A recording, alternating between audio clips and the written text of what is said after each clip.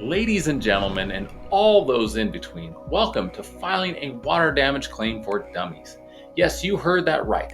We're going to break down for you in the simplest possible terms so even your goldfish could file claims they wanted to. Now, some of you may be asking, why bother filing a water damage claim at all? Well, let me tell you, my friends, it's all about that moolah.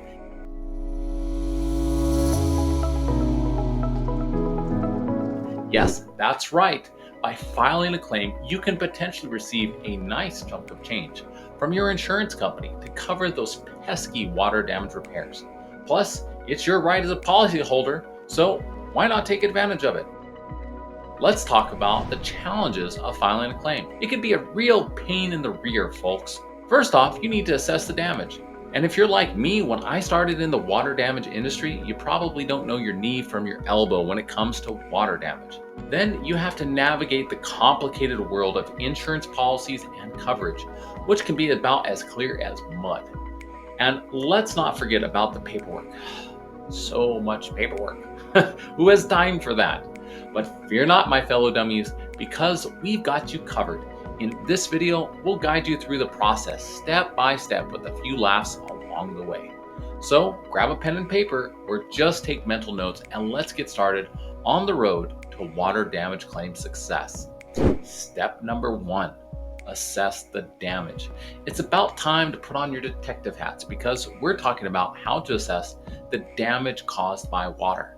Now, before you go channeling your inner Sherlock Holmes, let's talk about the signs of water damage. First off, let's talk about one of the most common forms of water damage, which just happens to be one of the least talked about forms of water damage, being the what I like to call the not flooded right now and mostly ignored for far too long type of water damage. Do you smell that?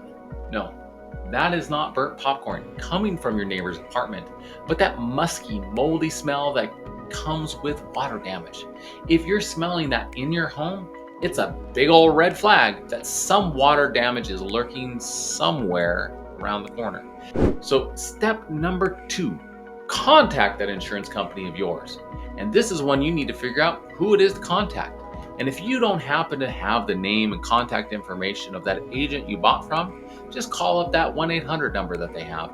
It's there 24/7 with most companies. When you contact them, you're going to have to figure out what information you need to provide. So this is what you need to expect from your insurance company.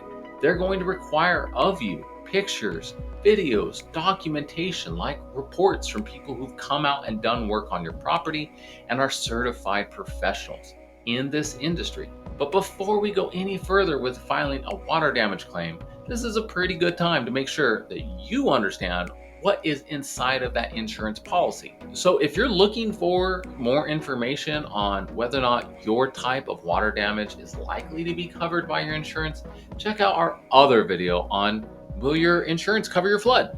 Are there things that this insurance company just is not going to cover? Most insurance policies have variable different options, and you may have different coverage than your best friend and neighbor. So don't just take their advice for it. Go look at that policy. Most important information that you need: how much is this disaster going to cost you, and how much is the insurance company willing to cover?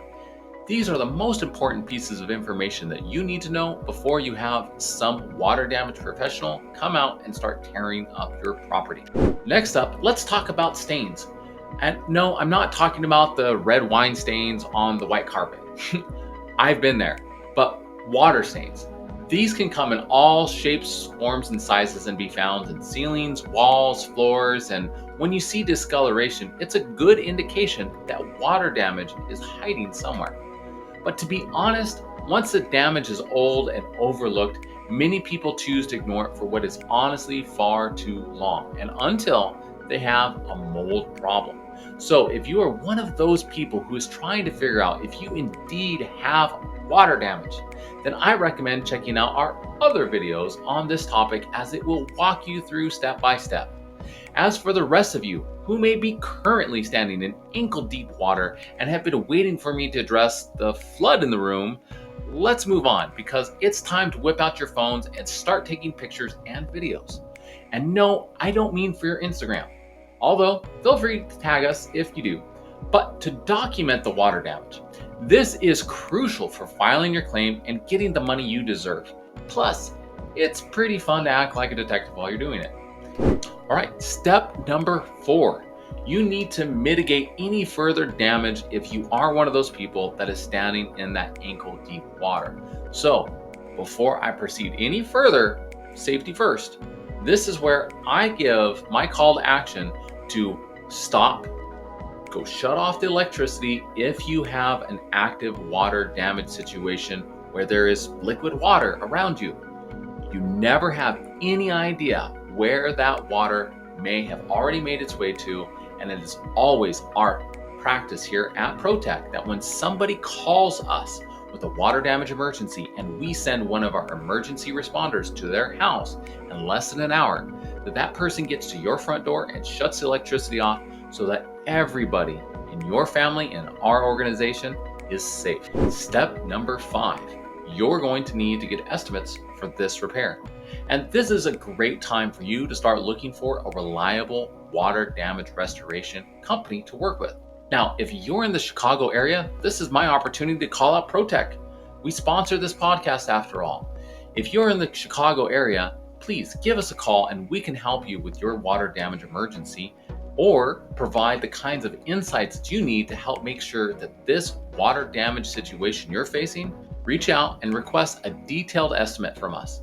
But hey, if you're one of those people in some other part of the country and you're facing this situation, you need to be aware that you may need to negotiate the cost with your insurance company. Step number 6, file your claim. You're going to need to fill this out accurately because, well, it is a legally binding statement that you are making, but also doing so ensures that your process will go smoother because at no point is the insurance company going to have any reason to suspect that something's amiss with this claim. Don't degrade that trust. Be truthful at all times.